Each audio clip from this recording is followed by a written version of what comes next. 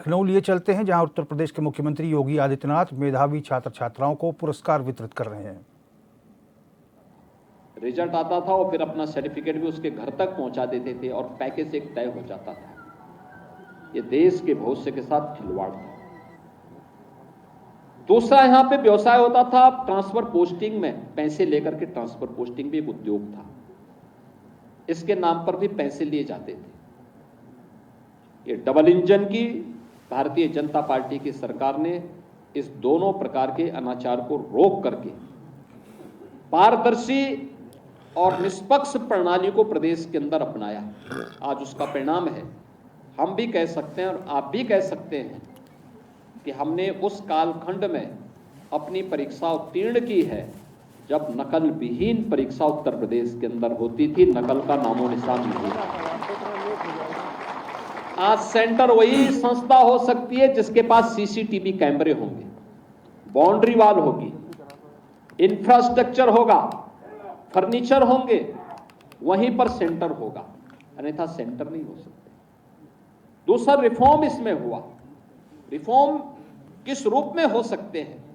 और रिफॉर्म दूसरा इसमें जो किया गया वह था कि परीक्षा 2 महीने 3 महीने नहीं चलेगी।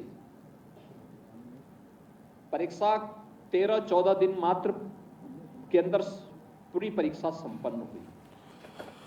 13-14 दिन के अंदर परीक्षा छात्रों को परेशान करने का माध्यम नहीं होनी चाहिए। परीक्षा छात्रों को प्रताड़ित करने का माध्यम नहीं होनी चाहिए, उनका आकलन करने का माध्यम होनी चाहिए। उसमें एक प्रतिस्पर्धा का भाव हो, चुनौतियों से जूझने की एक ललक हो, इस प्रकार का भाव होना चाहिए।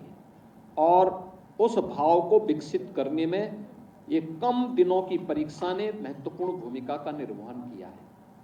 पहले पता लगता था 3 महीने परीक्षा चल रही है, 3 महीने परिणाम आने में लगते थे, 3 महीने प्रवेश करने में लगते थे और बाकी बच गए 3 महीने, तो उसमें छुट्टियां भी तो होनी है। तो बाकी 3 महीने छुट्टी, तो पठन पाठन कब होता था?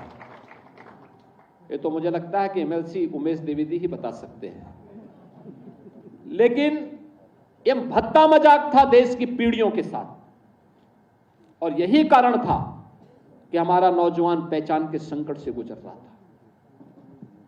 आप कहीं जाते थे, आप सौभाग्यशाली हैं कि ऐसे समय में आप प्रदेश के अंदर अपने कैरियर को बना रहे हैं जब पहचान का संकट नहीं था। आपसे ठीक पहले वाली पीढ़ी के सामने संकट आया था।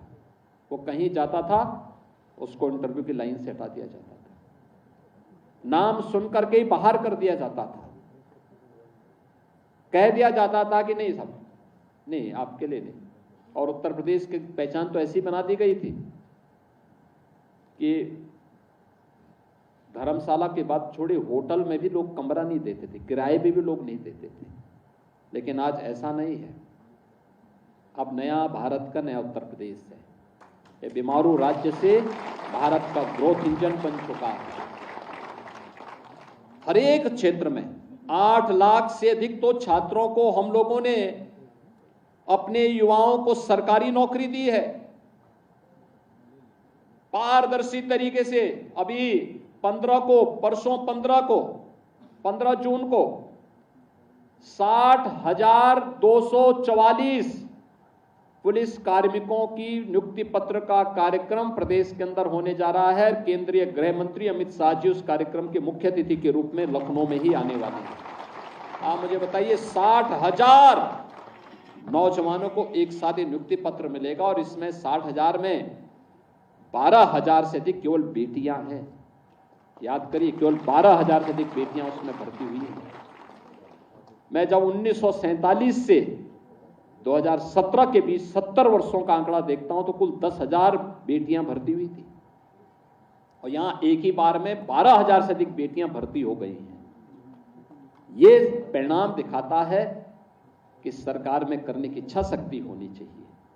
और उसके लिए मैं बार बार कहता हूं कि परीक्षा छात्रों को परेशान करने की नियत से नहीं, उसके अंदर एक स्वस्थ प्रतिस्पर्धा का भाव पैदा करने का माध्यम होनी चाहिए, अपने आप को आंकलन करने का माध्यम होनी चाहिए, चुनौतियों से जूझने का एक जज्बा उसके अंदर पैदा करने का माध्यम होनी चाहिए। और इसके लिए प्रधानमंत्री जी के द्वारा लिखी गई पुस्तक एग्जाम वॉरियर्स बड़ी भूमिका का निर्वहन करता है। मैं कहता हूं आजकल छुट्टियां होंगी, आप लोग थोड़ा एग्जाम वॉरियर पढ़िए, नहीं है तो मेरिटोरियस छात्रों को मैं माध्यमिक शिक्षा परिषद से कहूंगा कि हर बार मेरिटोरियस छात्रों को वो पुस्तक जरूर दिया करिए।